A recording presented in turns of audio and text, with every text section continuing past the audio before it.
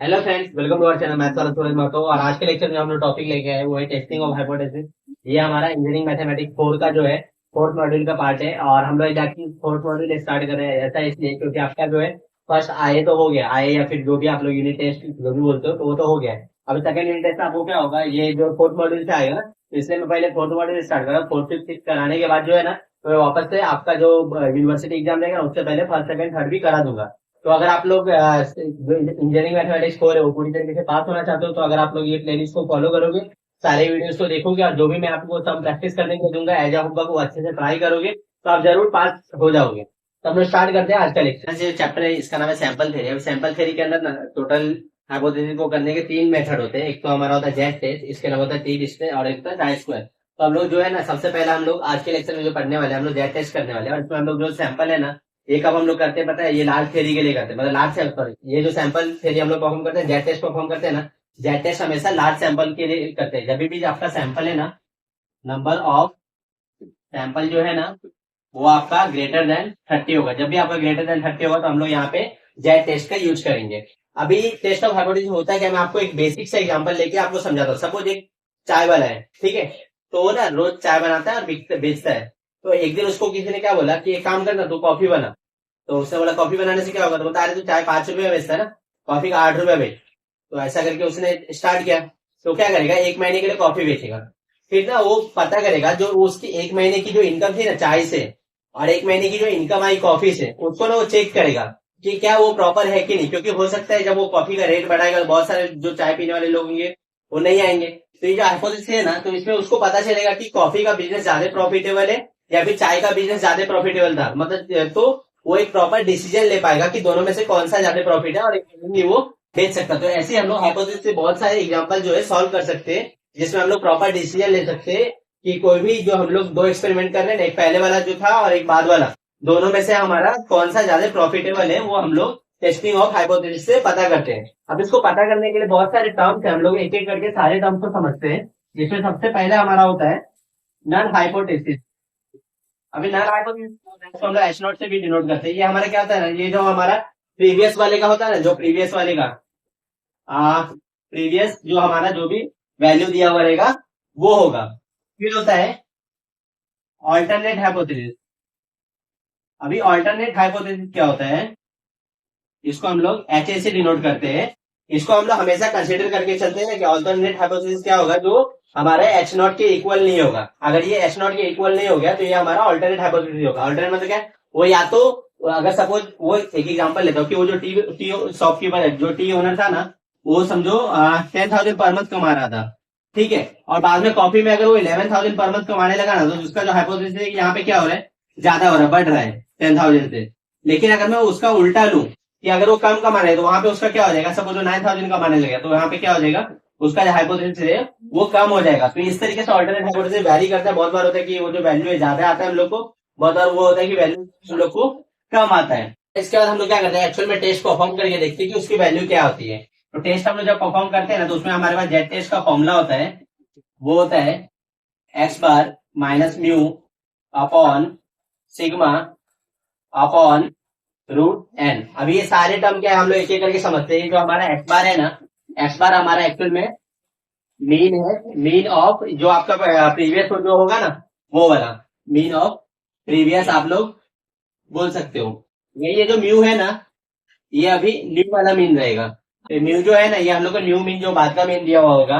और ये सिग्मा है ना, ये हमारा एक्चुअली में स्टैंडर्ड डिविएशन है, स्टैंडर्ड डिविएशन।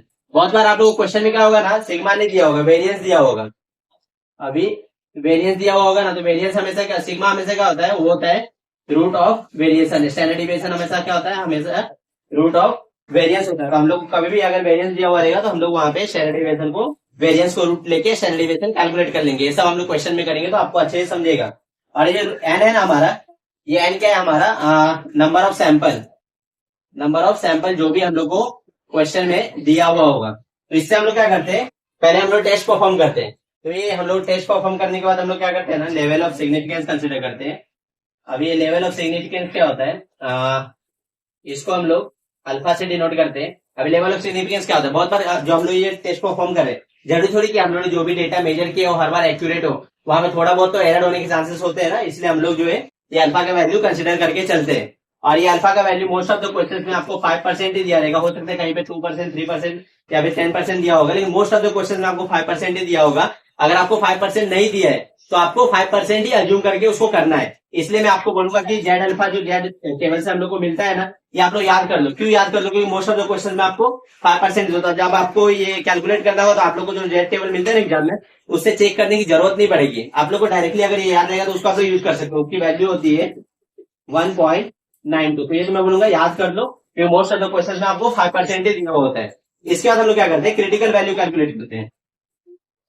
क्रिटिकल वैल्यू, अभी क्रिटिकल वैल्यू क्या होता है? क्रिटिकल वैल्यू ना हम लोग क्या करते हैं, जेड अल्फा कैलकुलेट करते हैं। अभी जेड अल्फा कैलकुलेट करते हैं तो उसके लिए आप लोग को जो है ना जेड टेबल दिया हुआ होगा, तो वहां से ना आपको अल्फा की वैल्यू कैलकुलेट कर ले। जैसे 5% हो रहा है तो 5% को अगर हम लोग कैसे लिखते हैं, 5/100 लिखते हैं, मतलब कितना होगा 0.05 होगा। तो हम लोग वहां पे 0.05 का वैल्यू यहाँ पे देखते हैं, तो हम लोग को जेड अल्फा मिलता है। ये मिलने के बाद हम लोग क्या करते हैं, क्रिटिकल वैल्यू मिलने के बाद हम लोग डिसीजन लेते हैं। अभी डिसीजन में हम लोग क्या करते हैं, जेड अल्फा जो है ना इसको कंपेयर करते हैं। यहाँ पे जो हम लोग को जेड का वैल्यू मिला था ना, यहाँ पे जेड टी से इसको हम लोग कंपेयर करते हैं। अगर जेड टेस्ट का जो वैल्यू है ना जेड अल्फा से ज्यादा आ गया तो हम लोग बोलेंगे कि हाइपोथेसिस जो है वो एक्सेप्टेड हो गया है। अगर ये कम आया तो हम लोग बोलेंगे कि वो जो है रिजेक्टेड हो गया। तो फ्रेंड्स हम लोग यहाँ पे पहला क्वेश्चन कर रहे हैं, जिसमें आप लोग क्या बोला है, random sample of 50 items gives a mean of 6.2 and variance of 10.24 can it be regarded as a drawn from a normal population with mean. मतलब हम लोग को यहाँ पे क्या बोल रहा है, कुछ कुछ चीजें दी हुई है गिवन, तो हम लोग वो सारी चीजों को नोट कर लेते हैं।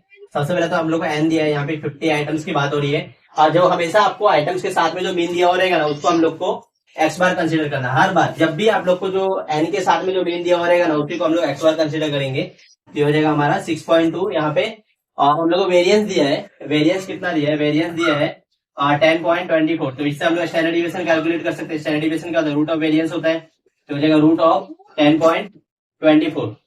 तो इसकी वैल्यू अभी हम लोग कैलकुलेट से कैलकुलेट करके लिखते हैं। तब तक के लिए मैं अभी इसको ऐसे ही रख रहा हूँ। Is regarded as drawn from normal population with mean, ये हम लोग को बाद का मीन दिया है जो कि म्यू होगा। और ये हम लोग को कितना दिया है 5.4। और हम लोग को लेवल ऑफ सिग्निफिकेंस अल्फा कितना दिया 5%। ये सारी चीजें हम लोग को गिवन दिया है। अब एक एक करके हम लोग ये सारी चीजें कैलकुलेट करते हैं, फिर बाद में हम लोग डिसीजन लेंगे कि ये जो हमारा हाइपोथेसिस ये एक्सेप्ट होना चाहिए या फिर नहीं होना चाहिए। तो सबसे पहले तो हम लोग नल हाइपोथेसिस कंसीडर करते हैं। नल हाइपोथेसिस हमेशा क्या कंसीडर करते हैं हम लोग, जो हमारा मीन है ना एक्स बार, ये हम लोग कंसीडर करते हैं कितना है 6.2। लेकिन हम लोग क्या बोला, बाद का मीन जो है ना म्यू, ये क्या होना चाहिए, ये जो होना चाहिए यहाँ पे हम लोग कंसीडर करेंगे कि mu should not be equal to X bar. अगर ये इसको इक्वल नहीं है तो ये ऑल्टरनेट हाइपोथेसिस हम लोग यहाँ पे यूज करेंगे। अभी टेस्ट स्टैटिक में जेड का फॉर्मूला क्या था हमारा, जेड का फॉर्मूला था X bar minus mu upon standard deviation और अपॉन में क्या था रूट ऑफ एन। तो यहाँ पे हम लोग सारे वैल्यूज लिखेंगे ताकि हम लोग उसको कैलकुलेट कर सके। तो एक्स बार हमारा मीन का वैल्यू कितना था 6.2 माइनस म्यू का वैल्यू कितना है 5.4 अपॉन यहाँ पे स्टैंडर्ड कैलकुलेट करेंगे। तो उसके लिए हम लोग क्या करते हैं, यहाँ पे कैलसी का यूज करते हैं, आप लोग भी कर सकते हो, तो आपको वैल्यू मिल जाएगा। तो हम लोग कितनी रूट से यहाँ पे 10.24 से कितना होगा 10.24। इसकी जो वैल्यू आती है ना वो आती है 3.2। तो हम लोग यहाँ पे स्टैंडर्ड डिविएशन कितना लिखेंगे 3.2 अपॉन यहाँ पे रूट एन है। रूट एन हमारा मतलब कितना 50 का रूट लेना पड़ेगा। तो अगर हम लोग यहाँ पे जो है ना, अगर हम लोग 50 का रूट लेंगे तो हम लोग को वैल्यू यहाँ पे कितना मिलेगा, वो मिलेगा 7.0710। तो ये हम लोग को मिला। अब इसको पूरे को हम लोग को सॉल्व करना है। 12 में से 4 ये तो हो जाएगा 8, और यहाँ पे 6 में से 5 गया तो सॉरी 5 बच जाएगा ना, 5 में से 5 गया तो 0, तो 0.8 आया हमारा यहाँ। और ये होगा अपॉन 2 और उसके नीचे हो गया 7.0710। तो ये सबसे ऊपर चल जाएगा बेसिक मैथ से हमारा।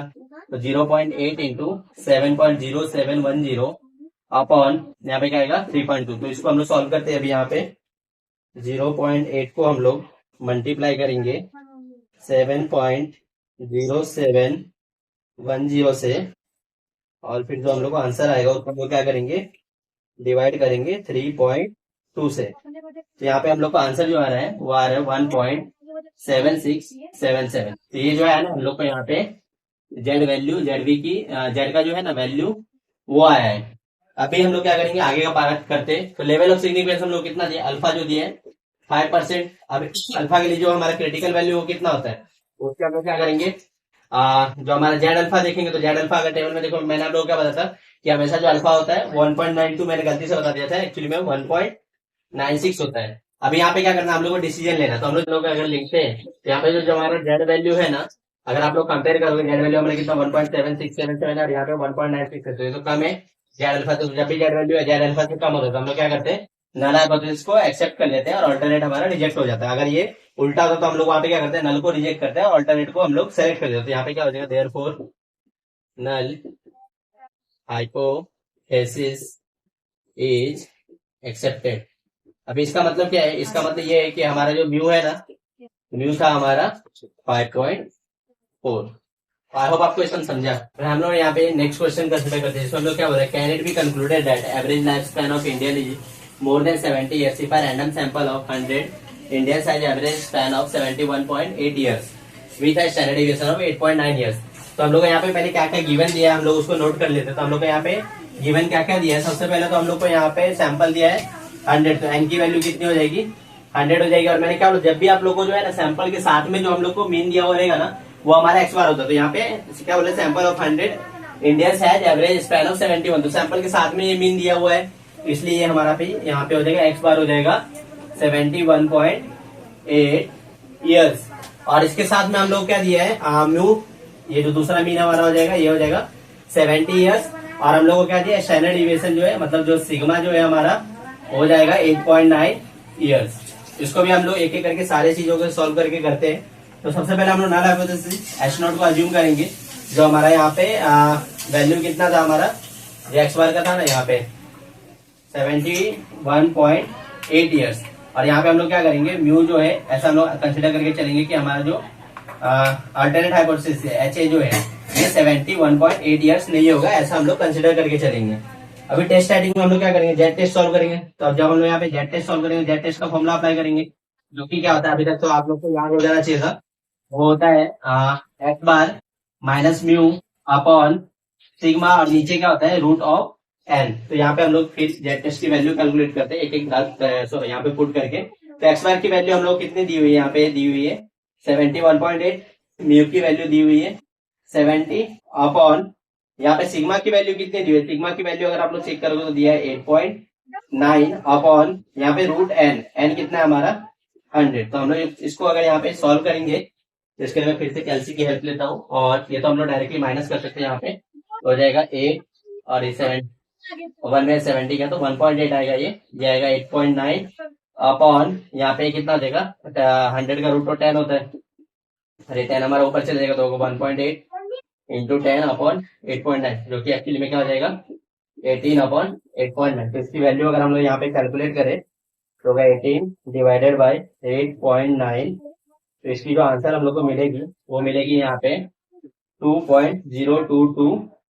तो ये हम लोग को यहाँ पे जेड की वैल्यू मिल गई है। अभी जेड वैल्यू मिलने के बाद हम लोग क्या करते हैं, लेवल ऑफ सिग्निफिकेंस। अभी आप लोग ये पूरे क्वेश्चन में देखोगे ना, तो कहीं पे भी आप लोग को लेवल ऑफ सिग्निफिकेंस मेंशन नहीं किया है, लेकिन मैंने आप लोग को पहली बताया था, जब भी आप लोग को लेवल ऑफ सिग्निफिकेंस मेंशन नहीं किया हुआ होगा तो आप लोग को उसको जो है ना 5% कंसिडर, तो अल्फा हम लोग कितना ले लेंगे 5%। अभी जेड अल्फा की वैल्यू कैलकुलेट करेंगे क्रिटिकल वैल्यू के लिए, और मैंने तो आप लोग को बोला है कि 5% के लिए वैल्यू याद कर लो, तो कितना हो जाएगा 1.96। और यहाँ पे हम लोग को डिसीजन लेना है, तो डिसीजन अगर आप लोग यहाँ पे दोनों को कंपेयर करोगे तो हमारा जो जेड वैल्यू है ना, ये एक्चुअली में ज्यादा है जेड अल्फा से। अगर ये ज्यादा है तो यहाँ पे हमारा क्या हो जाएगा, नल हाइपोथेसिस जो है रिजेक्ट हो जाएगा, और हमारा अल्टरनेट हाइपोथेसिस जो है वो एक्सेप्ट हो जाएगा। तो हम लोग लिखेंगे देयरफॉर हाइपोथेसिस इज एक्सेप्टेड। हम लोग अल्टरनेट भी लिख देते हैं, अल्टरनेट हाइपोथेसिस इज एक्सेप्टेड। तो फ्रेंड्स आई होप आपको ये भी सब समझा।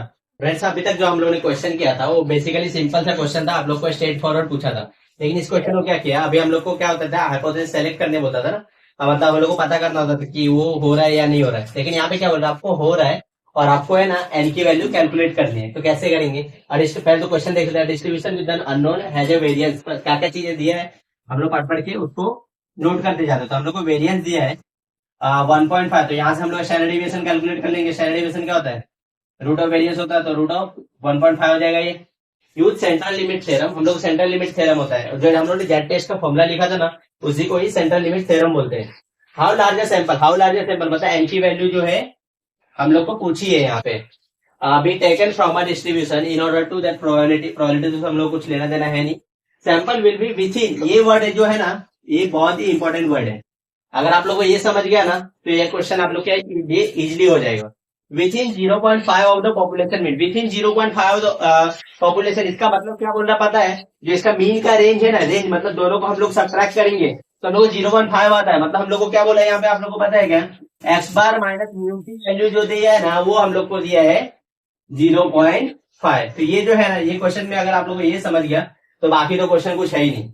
अभी हम लोग सिंपली यहाँ पे सेंट्रल लिमिट थ्योरम का यूज करके हम लोग लिखेंगे यहाँ पे बाय सेंट्रल लिमिट थ्योरम, हमारा यहाँ पे क्या हो जाएगा जेड टेस्ट इक्वल टू, यहाँ पे हो जाएगा फॉर्मूला हमारा लगाएंगे X bar minus mu upon standard deviation जो कि होता है हमारा सिग्मा से डिनोट करते हैं, सिग्मा अपॉन यहाँ पे हमारा क्या हो जाएगा रूट ऑफ एन। तो ये हम लोग को दिया है, अभी जेड टेस्ट तो हम लोग पता नहीं, लेकिन यहाँ पे क्या हो रहा है, जो हाइपोथेसिस वो एक्सेप्ट हो रहा है, एक्सेप्ट हो रहा है मतलब यहाँ पे हम लोग ने कौन सा जेड अल्फा की वैल्यू कैलकुलेट की होगी। अभी जेड अल्फा के बारे में फिर से यहाँ पे कुछ नहीं दिया, तो मैंने क्या बताया आपको, जब भी आपको अल्फा के बारे में कुछ नहीं दिया हुआ होगा वहां पे हम लोग अल्फा का वैल्यू 5% कंसिडर करेंगे, तो जेड अल्फा की वैल्यू फिर से क्या होगी 1.96। इसको हम लोग सॉल्व करते हैं, ये हम लोग को 1.96 पता है, एक्स बार माइनस म्यू, ये इसकी वैल्यू कितनी है 0.5 अपॉन सिग्मा हम लोग कैलकुलेट कर लेते हैं, तो हम लोग को रूट ऑफ 1.5, तो वो कितना आएगा, तो आएगा रूट ऑफ 1.5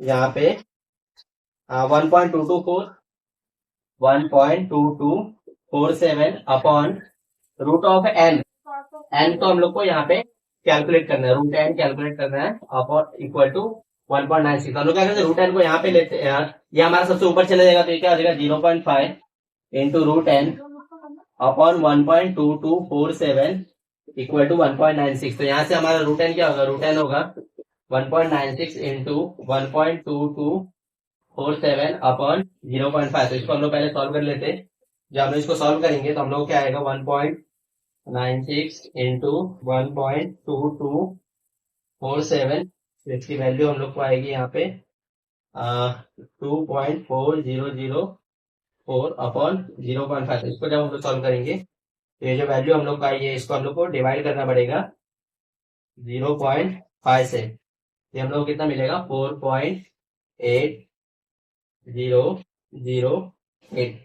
ये तो रूट एन की वैल्यू है, एन की वैल्यू के लिए हम लोग क्या करेंगे, इसका स्क्वायर कर देंगे, तो हम लोग यहाँ पे करेंगे स्क्वायरिंग ऑन बोथ साइड, ये क्या आ जाएगा एन का, और ये इसका स्क्वायर हो जाएगा 4.8008 का, इसका स्क्वायर कितना आएगा हम लोग वो भी कर लेते हैं यहाँ पे 4.8008, इसकी वैल्यू हम लोग को मिल रही है 23.04, जिसको हम लोग अप्रोक्सीमेटली 23 कंसिडर करेंगे। तो फ्रेंड्स आई होप आपको ये भी समझा, जहाँ पे हम लोग को नंबर ऑफ सैंपल्स कैलकुलेट करने के लिए बोला था, जो कि हम लोग को अप्रोक्सीमेटली 23 आया है। तो इसी के साथ हमारा जो आज का लेक्चर था टेस्टिंग ऑफ हाइपोथेसिस हम लोग एंड करते हैं, और नेक्स्ट लेक्चर में हम लोग सैंपल थ्योरी का कुछ और पार्ट लेके आएंगे, जिसमें हम लोग देखेंगे, ये तो हम लोगों ने लार्ज सैंपल के लिए सॉल्व किया ना, वहां पे सैंपल जब भी लेस देन 30 होगा तो वहां पे टी डिस्ट्रीब्यूशन हम लोग कैसे अप्लाई करते हैं, फिर चाय स्क्वायर कैसे अप्लाई करते हैं, तो सारी चीजें हम लोग आगे के लेक्चर्स में पढ़ने वाले हैं। तो आई होप आपको ये वीडियो अच्छा लगा, और आपको वीडियो इन्फॉर्मेटिव लगता है, और अगर आपके एग्जाम प्रिपरेशन में हेल्प करता है तो अपने फ्रेंड के साथ भी ज्यादा से ज्यादा शेयर करें, हमारे वीडियो को लाइक कीजिएगा और चैनल को प्लीज सब्सक्राइब कर दीजिएगा। Thanks for watching the lecture.